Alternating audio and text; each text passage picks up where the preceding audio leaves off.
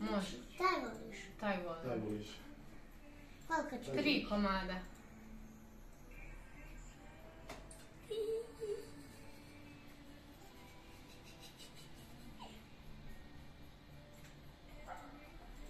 Dobro.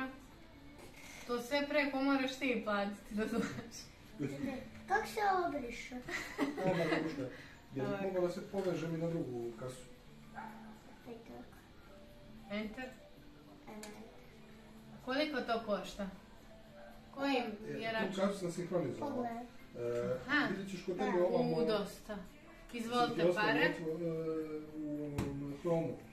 Šta sve treba da uradimo? Ideš ponovo do back office. Bilo je nekih izmena na tom back office-u, verovatno ćemo te zvati da ti prepričamo. Može, jedan hvala. Da piše, ovaj će ti koštati vrlo skup, ovaj isto. Ovaj je manje. Može taj, ali jedan samo. Nemoj, molim te, više od jednog. Sad ću vidimo.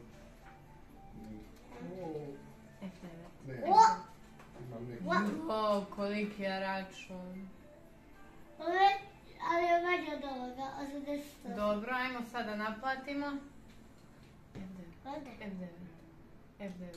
Ne, stani. To. Ti. Bravo. Izvolite novac.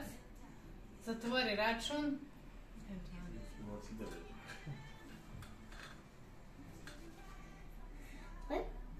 Hvala Jakša, bravo.